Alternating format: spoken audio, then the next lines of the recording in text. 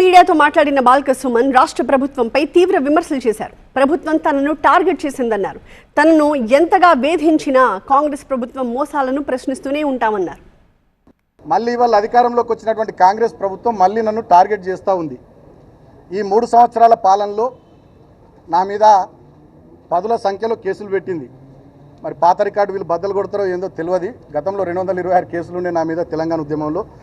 ఆ రికార్డు బద్దలు కొట్టాలనుకుంటారో ఏమో ఇప్పటి కాంగ్రెస్ ప్రభుత్వం. అక్రమంగా అనేక కేసులు పెట్టి నన్ను వేధిస్తూ ఉంది. మొన్నటికి మొన్న మీరు చూస్తే కేతన్పల్లి మున్సిపాలిటీలో 22 వార్డుల్లో 14 వార్డులు మేము గెలుచుకుంటే కేవలం 7 వార్డులు గెలుచుకున్న కాంగ్రెసు అన్యాయంగా కేతన్పల్లి మున్సిపాలిటీ చైర్మన్ స్థానాన్ని కైవసం చేసుకోవాలని కుట్ర చేసి నా మీద, నాతో పాటు మా నాయకులు 25 మంది మీద అక్రమ కేసులు పెట్టి నన్ను ఆదిలాబాద్ జైల్లో 16 రోజుల పాటు ఉంచారు. సో అక్కడ అనేక రకాలుగా జైల్లో కూడా ఇబ్బంది పెట్టిర్రు.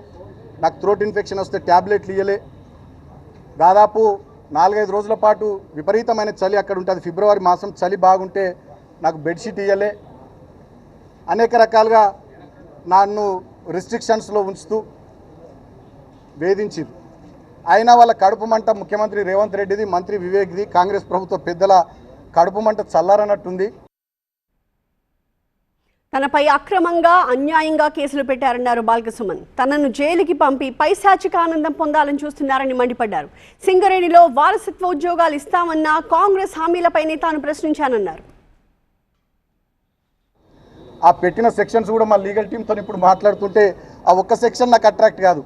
326G కానీ ఇతరత్ర అనేక సెక్షన్స్ అన్యాయంగా పెట్టిన. అంటే ఏంది దీని ఉద్దేశం? బాల్క సుమన్ మాట్లాడుతుండు, ప్రశ్నిస్తుండు కాబట్టి బాల్క సుమన్ గొంతు నొక్కాలి, అరెస్ట్ చేసి జైళ్ళల్లో వేయాలి, నిర్బంధం విధించాలి, తద్వారా పైశాచిక ఆనందం పొందాలనేటటువంటి ఆలోచన కాంగ్రెస్ ప్రభుత్వ పెద్దల్లో కనబడుతోంది. నన్ను అరెస్ట్ చేసుడు, జైలుకు పంపించుడు, వీటి మీద పెట్టే శ్రద్ధ నేను ప్రభుత్వ పెద్దలను అడుగుతూ ఉన్నా. మీరేం మాట ఇచ్చారు? మొన్న సింగరేణిలో కార్మికులకు వారసత్వ ఉద్యోగాలు ఇస్తామన్నారు. మేము గతంలో కేసీఆర్ గారు 19,000 ఉద్యోగాలు ఇచ్చారు. మీరు ఇప్పుడు ఉద్యోగాలు ఇచ్చారు, మీరు దృష్టి పెట్టుర్రి.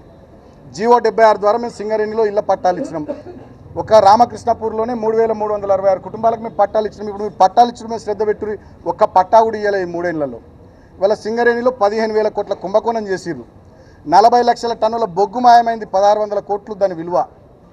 ఇవాళ సింగరేణిలో ఒక్క సంక్షేమ కార్యక్రమం అమలైతే లేదు, కొత్త మైన్స్ లేవు, అనేక కుంభకోణాలు. సోలార్ ప్లాంట్లలో కుంభకోణం, నైని బొగ్గు బ్లాక్ల వేలంలో కుంభకోణం, జైసల్మేర్ దగ్గర ఎక్కడనో రాజస్థాన్లో పాకిస్తాన్ బార్డర్లో సోలార్ పవర్ ప్లాంట్ ఏర్పాటు చేస్తారట సింగరేణులు.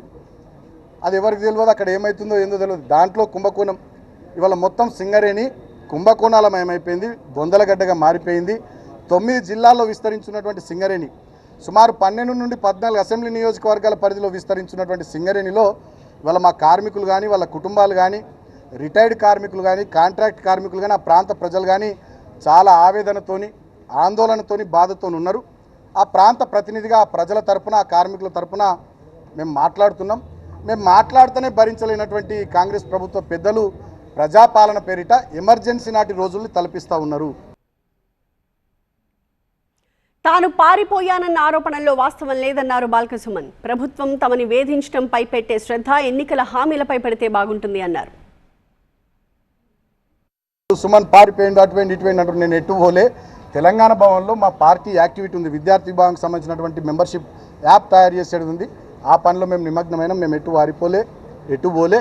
డెఫినెట్గా చట్టాన్ని గౌరవించే వ్యక్తిగా నేను పూర్తి స్థాయిలో సహకరిస్తా. అంతిమంగా నేను ఒకటే కోరుతూ ఉన్న కాంగ్రెస్ ప్రభుత్వ పెద్దల్ని, సరే ఇవల్ల మరి ఇప్పటికి నన్ను జైలుకు పంపిస్తున్న రేవంత్ రెడ్డికి, మంత్రి వివేక్కి ఇప్పటికైనా మరి కడుపు మంట సల్లారుతుందో ఏందో చూడాలి.